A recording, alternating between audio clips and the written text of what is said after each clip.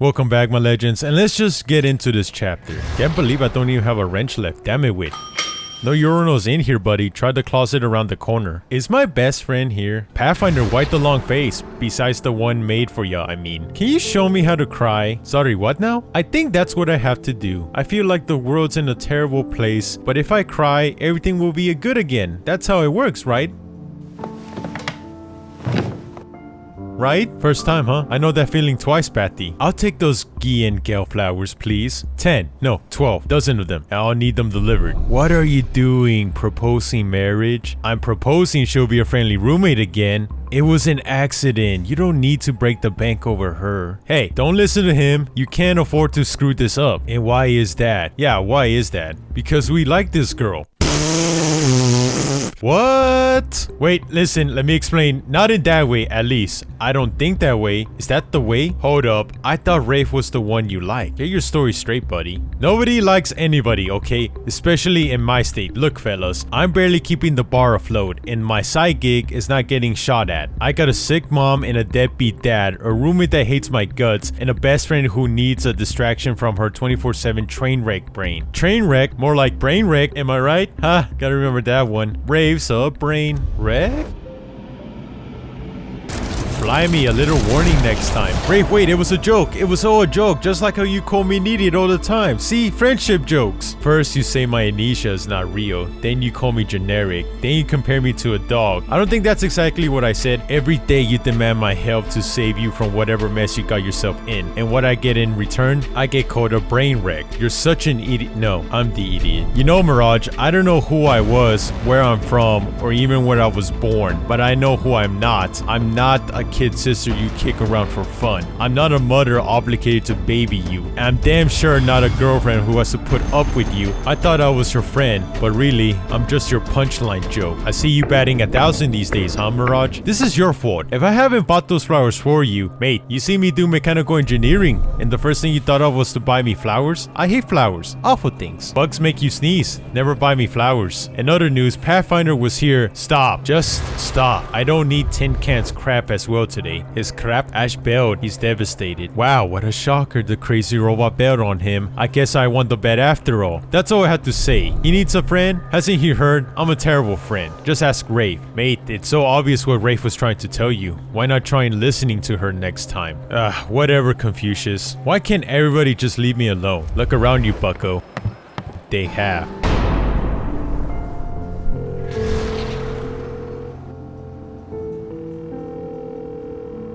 Hi, it's me. I screwed up again.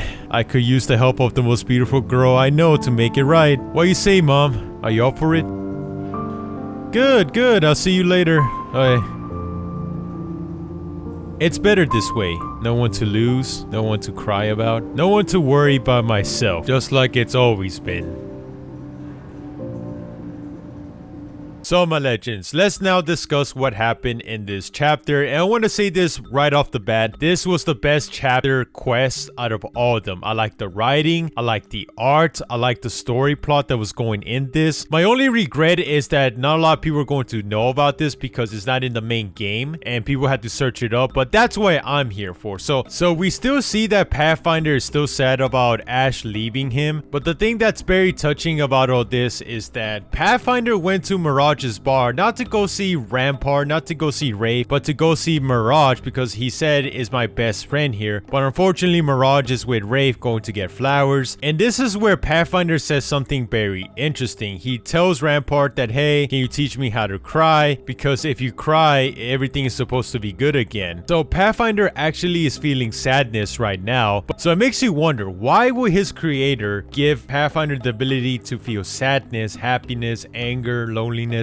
What was the point of giving Pathfinder these abilities? Why does a robot need to feel sadness if he can't cry? Why does a robot need to love when he doesn't even have a heart? Why did Pathfinder's creator make him like this? But moving on from Pathfinder, we go to Mirage and we see him trying to buy flowers from Rampart, which is kind of crazy because, like I said in the comics, Rampart is all about mechanical engineering. So for Mirage to think it was a good idea to buy her flowers powers instead of maybe like tools, it's just crazy. Like, it just lets you know the Mirage doesn't really understand people. And what makes this even more interesting is that Mirage's decoy started arguing with him, saying that, hey, unless you're proposing to her, it was an accident and you don't have to apologize to her. And another decoy saying, don't listen to that decoy, you should do it because you like Rampart. Now here's the thing, these decoys don't have their own consciousness. This is the thoughts of Mirage being said out loud. So this decoy right here on the right was saying that, hey, you like this girl, and then for some reason they changed their minds and said, wait, not like that, at least I don't think like that. But we have to remember, this is what Mirage is thinking. So in reality, these decoys are pretty much him talking to himself and revealing Mirage's innermost thoughts. And this is where one decoy said, hey, I thought you had a crush on Wraith, so make up your mind, is it Wraith or Rampart? And then Mirage tells his decoys that he doesn't have a liking to anybody, especially in his state, and that he has a lot of problems to deal with his mom's condition, him keeping the bar afloat, and a lot of other stuff. So, but here's the thing that makes no sense. He's arguing with himself that, hey, I may have a crush on Rampart and I may have a crush on Wraith. And then Mirage actually tells us that he thinks of Wraith as a 24/7 train wreck in the brain. Now, this is kind of funny from a guy who's literally talking to himself. But I think the reason why Mirage is saying this, just like Pathfinder, is that he's kind of too afraid to get too close to Wraith because he may end up losing her. Just like how he tries to make Pathfinder stay away from him. I think Mirage actually does like Wraith, but he's too afraid to get too close to people. So he does this as a self-defense mechanism to try to keep distance between them from getting too close to him. Because it was very stupid of Mirage to say that out loud, knowing that Wraith came with him to get flowers for Rampart. So to me, this tells me is that he did it on purpose so Wraith could hear what he was saying and that way she'll get angry at him. And then Mirage tried to explain that it was some kind of joke and that she shouldn't take it serious. But here's the difference. You see, Mirage always makes fun of Pathfinder, but Pathfinder always thinks it's some kind of joke and still thinks that Mirage is his best friend. But when he said this to Wraith, she understood very clearly that, hey, this was not a joke. This is what Mirage really feels about her. But here's the thing. She doesn't understand that Mirage is doing this because he doesn't want her to get too close. So he does comments like this to push people away. But I don't think Wraith understands that completely yet. So she thought, okay, so Mirage is just basically using me as a tool to clean up his mess and not as a friend who needs another friend's help. So she got fed up with Mirage and called him out. And then Mirage tried to blame it all on Rampart, which is kind of funny, saying that, oh, this is all your fault. If I didn't buy those flowers, this never would have happened, which is next level ridiculous because it was still Mirage's fault that he told the Syndicate to put all of Rampart's stuff in the ship in the first place. And then Rampart kind of looks at Mirage like, really, flowers? Like, out of all the things you could think of to get me, flowers was your first choice. And then she tried to explain that Pathfinder, his best friend, came by, and Mirage said that, no, I don't need to deal with his crap. And what this told Rampart is that clearly Mirage is not listening to what his friends have to say, and he is being very selfish. And remember, Rampart was mad at Mirage, but she was willing to put that aside to help him. And then Mirage said that, hey, leave me alone. And then Rampart's like, okay, so this is how you're going to be. You're going to push everybody away. Then look around you if you want to be all alone, and slams the door on him. And in the final part that really got to me, Mirage calls up his mom to tell him that, hey, I messed up again. And this kind of tells you everything you need to know about Mirage. Mirage is a very conflicted character. The reason he talks to his decoys is because he's very lonely. The reason he makes fun of Pathfinder and Wraith is because he's afraid that they're getting too close to him and he pushes people away. He wants to be alone because, like I've been saying for a while, he doesn't want to get attached to people and losing them because he's already lost so much with his family that I don't think he can go through that with his friends. So yeah, my legends, thank you for watching. Don't know if there's going to be another quest. If there is, I'll post one as soon as I can. And yeah, I'll see you all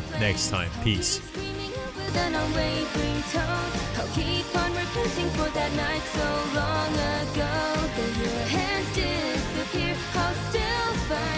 Where you are here.